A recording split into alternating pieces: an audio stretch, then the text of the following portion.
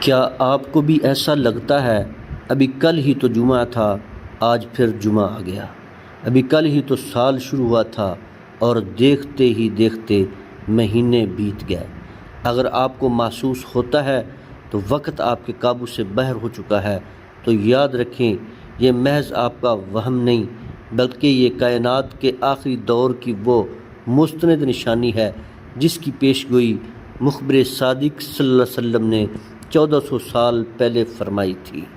جامع ترمذی کی صحیح حدیث ہے، آپ صلی اللہ علیہ وسلم نے فرمایا، قیامت اس وقت تک نہیں آئے گی جب تک وقت قریب نہ ہو جائے، یعنی سکڑ نہ جائے۔ اس قرب زباں کی تشریح محدثین یوں کرتے ہیں، سال مہینے کے برابر ہو جائے گا، مہینے ہفتے کے برابر، ہفتہ دن کے برابر، اور دن ایک لمحے یا آگ کے شعلے کے لپکنے جتنا رہ جائے گا۔ سوال یہ ہے کہ کیا سورج کی رفتار تیز ہو گئی ہے؟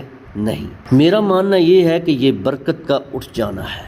ہم نے مادیت کی دوڑ میں لگ کر وقت کو مشینوں کے حوالے تو کر دیا لیکن سکون چھین لیا۔ آج ہمارے پاس ہر کام کے لیے ایپ ہے، تیز ترین سواریاں ہیں، لیکن اپنی ذات کے لیے اور اپنے رب کے لیے وقت نہیں ہے۔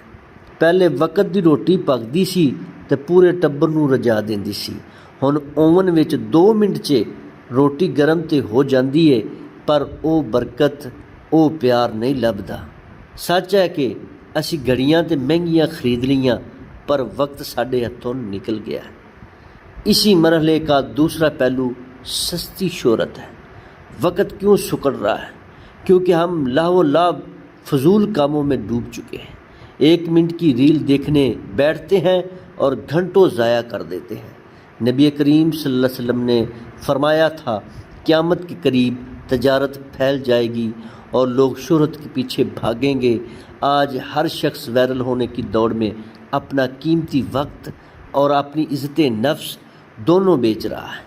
دوستو، اگر آپ چاہتے ہیں کہ آپ کے وقت میں برکت لوٹ آئے تو اپنی زندگی سے مادیت کا غلبہ کم کریں اور ان لمحوں کو پہچانیں جو آپ کو آپ کے خالق سے جوڑتے ہیں۔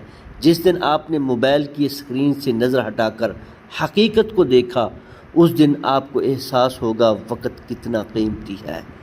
اگلے مرحلے میں ہم بات کریں گے حرج کے دور کی، یعنی وہ دور جب انسانی خون سستا ہوگا اور قاتل کو معلوم نہیں ہوگا کہ اس نے قتل کیوں کیا۔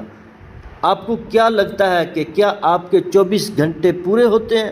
کمنٹ میں اپنی رائے دیں اور اشفاق الحسن آفیشیل کو فالو کرنا نہ بھولیں۔